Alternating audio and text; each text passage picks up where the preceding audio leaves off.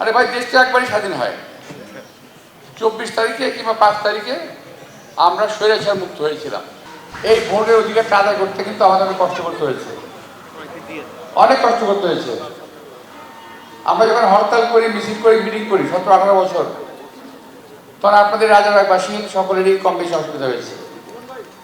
যে কাহিনী বেরোতে পারেন নাই, কিংবা আমাদের সমর্থন দিয়েছেন, অথবা কি অসুস্থ হয়েছেন, হসপিটালে যেতে পারেন নাই, ভুক্তভোগী হয়েছেন সবাই কম বেশি। তো 12 তারিখ আমাদের বহু প্রতীক্ষিত একটি নির্বাচন, এবং যেখানে আপনারা স্বাধীনভাবে ভোট দিতে পারবেন। আগের মতো সেই দস্যুতা গুন্ডামি হওয়ার সম্ভাবনা কম।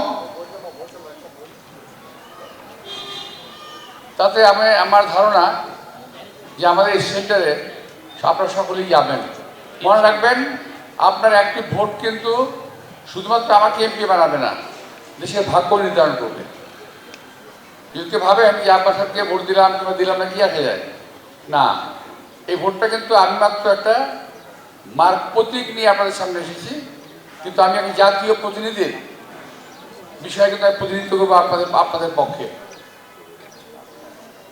আমি তার আগে একটি কথা বলতে ভুলে গেছিলাম। আপনি প্রথমে এখানে আমি আমার ভাই যিনি অ্যানাউন্স করেছেন, উনি আমাকে বলেছেন যে একজন মুক্তিযোদ্ধা হিসেবে আখ্যায়িত করেছেন, কিন্তু আমার পাশে যিনি বসে আছেন তার একটা তারিক সাহেব,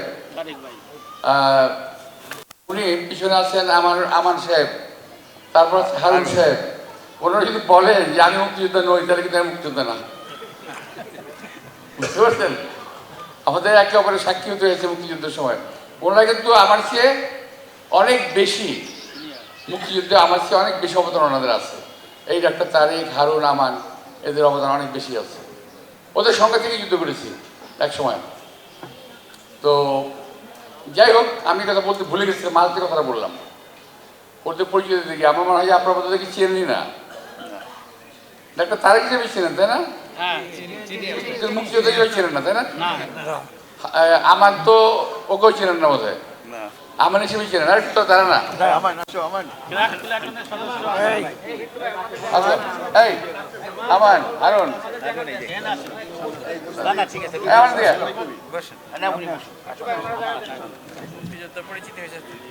আমি কি করবো, তোকে চিনে নাই, পরিচয় করে দিই। কি করবে?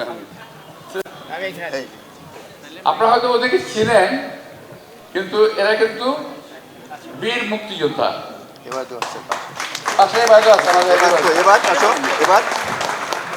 আরেকজন মুক্তিযোদ্ধা ছিলেন, ওর বাসাটা বোধ এখানেই ছিল, নসুদের পাড়া। নসুদের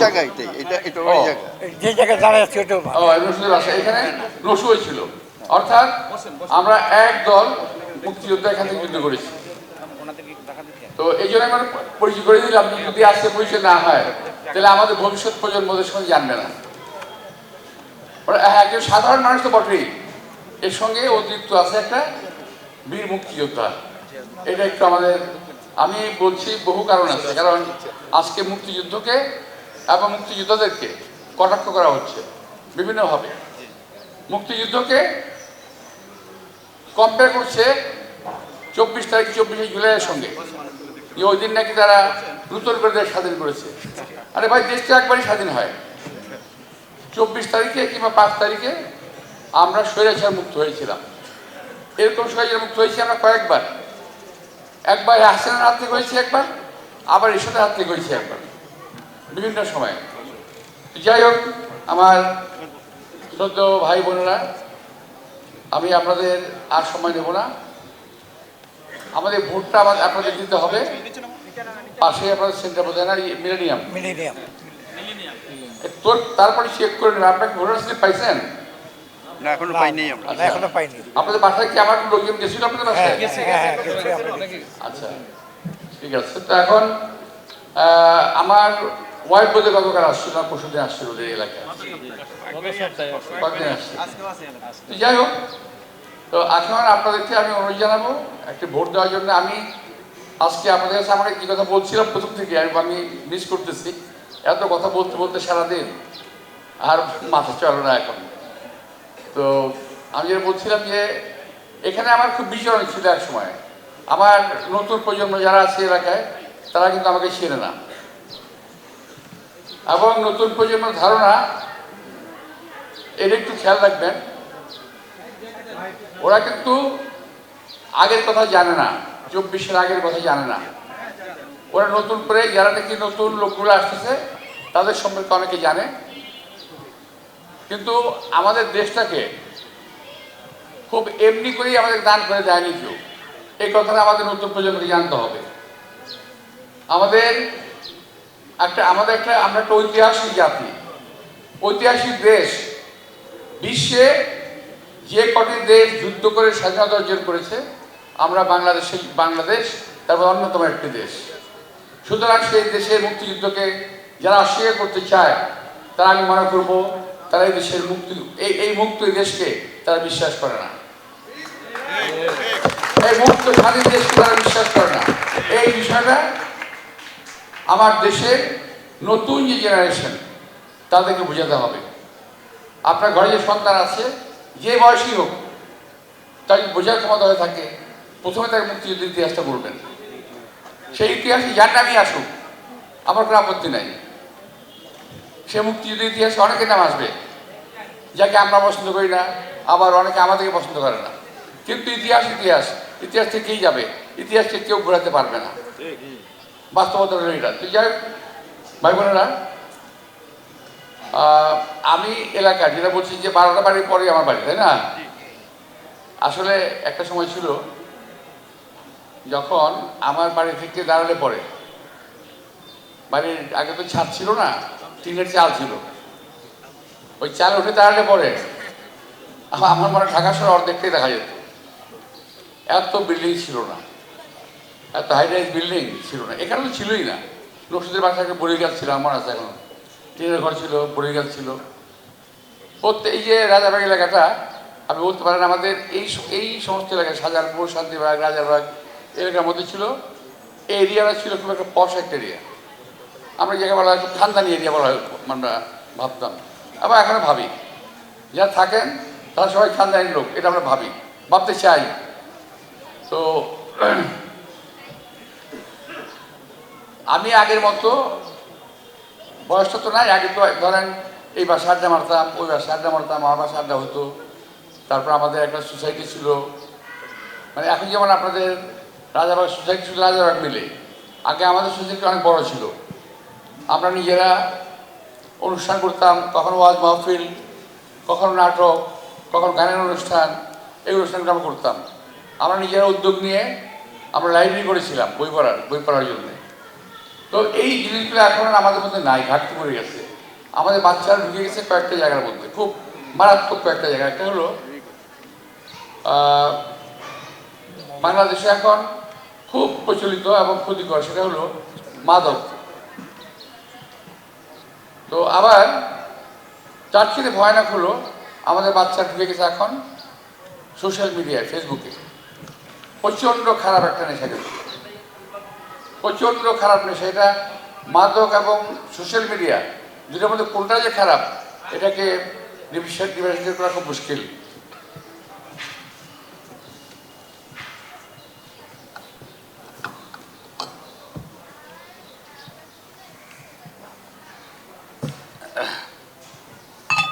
এটাকে ভাগ করা খুব মুশকিল এখন। অত আমার মা বোন ভাইদের প্রতি অনুরোধ থাকবে, বাচ্চাদের প্রতি পড়াশোনার পাশাপাশি এই সোশ্যাল মিডিয়া থেকে একটু দূরে রাখার চেষ্টা করবেন, যতটুকু পারা যায়। আমি বলছি না পুরো পারবেন, কারণ আমি আমার নিজের ঘরেই পারি না, কিংবা নিজেই তো পারি না। এই নির্বাচন আসার পর আমাকে সোশ্যাল মিডিয়া নিয়ে পড়ে থাকতে হয়, কখন কে বললো আমার সম্বন্ধে একটু জানতে হয়। অনেক মানুষ কথাবার্তা বলে তো শুনি, এখন শুনতে খারাপ লাগে, ভালো লাগে। তো যাই হোক, আপনারা হয়তো দেখেন, শোনেন, কিন্তু আপনারা কারো কথায় বিভ্রান্ত হবেন না। যিনি লম্বা কথা বলেন তাকে আপনারা চিনেন কিনা সেটাও খেয়াল রাখবেন, কোথায় পাবেন সেটাও খেয়াল রাখবেন। আমাকে তো এইখান থেকে হাইটে গেলে হার্ডলি 5 মিনিট লাগবে সময় আমার বাইরে পেতে। তো আমি আপনাদের অত্যন্ত নিকটতম প্রতিবেশী হিসেবে, যে আমি একটা ভোট দাবিদার, আমি পেতেই পারি ভোটটা আপনাদের, চাইতে পারি। এখন আপনাদের ইচ্ছা এবং অনিচ্ছার উপর নির্ভর করে। হ্যাঁ, যারা নাকি ধরেন আমার ব্যাপারে খুব অনীহা আছে, আমি জানি না কোন কারণে অনীহা আছে, তো ভাই ভোটটা দিয়ে এত সময় নাই, ভোটটা দিয়ে আমাকে যে বলেন এই কারণে আপনাকে আমার দেখতে ইচ্ছা করে না, ভালো লাগে না আপনাকে, আমি নিজেকে শুধরে নেওয়ার চেষ্টা করব। তো আমি আপনাদের পাশে থাকি, এখনও আছি, আগামীতেও থাকবো। যে কোনো সমস্যা আমাকে পাশে পাবেন ইনশাল্লাহ। তো আপনাদের সবাইকে আন্তরিক শুভেচ্ছা ধন্যবাদ জানিয়ে, বিশেষ করে আমার মা বোনেরা যারা কষ্ট করে এখানে এসেছেন, মা বোন ভাতিজি, এখন তো আর অ্যাকচুয়ালি মা বোন বলার সুযোগ নাই বয়সের কারণে, এখন ভাতিজি ভাতিজা নাতি নাতনি বলতে পারি আর কি, সুযোগটা নাই, বয়স হয়ে গেছে আমাদের। তো আমাদের মধ্যে বোধ হয় এই আমাকে কিছুক্ষণ আগে তারেক পরিচয় করে দিল যে এটা আমার নাতি। তারেক মানে কি আমাদের একজন পিছিয়ে ডাক্তার একটা তারেক অর্থোপেডিক। আমার পাশে ওই যে আমান, সে এখন রিটায়ার্ড। তো আমরা এই কয়জন, এই হারুন আছে, রসুন ছিল, এবার আছে আছে না, আমরা এই কয়েকজন মাত্র, আমরা এখন আর বেঁচে আছি। কে কখন কোথায় চলে যাবো আবার ঠিক নাই। তো সব আমরা প্রবীণ হয়ে গেছে, এর জন্য অনেকেই চেনে না, কারণ আমরা তো সবার আগের মতো মিশতে পারি না, আগে সোসাইটিটা তো নাই। আগে আমরা যদি আমাদেরকে দেখা হলে প্রথমেই একজন মুরব্বী যদি দেখতাম, আমরা হাতে বিড়ি চোখের সামনে পড়ে যায়, ভয় পেতাম। আমাদেরকে জিজ্ঞেস করতো তোমার কী নাম, নাম বলতাম, চিনল না, এই তো বাবার নাম কি, নাম বলতাম, চিনে ফেললো সঙ্গে সঙ্গে। এখন আমাদের সেই সুযোগটা নাই। মাঝে মাঝে শোনা যায় যে এই বাড়িতে যদি কেউ মারা যায়, পাশের বাড়িতে খবর থাকে না, জানে না কেউ। এটা কিন্তু ভয়ানক একটা পরিস্থিতি আমরা পার করতেছি। তো যাই হোক, আমি মনে করবো যে আপনারা যারা নাকি সমাজ কল্যাণ সমিতি করেছেন,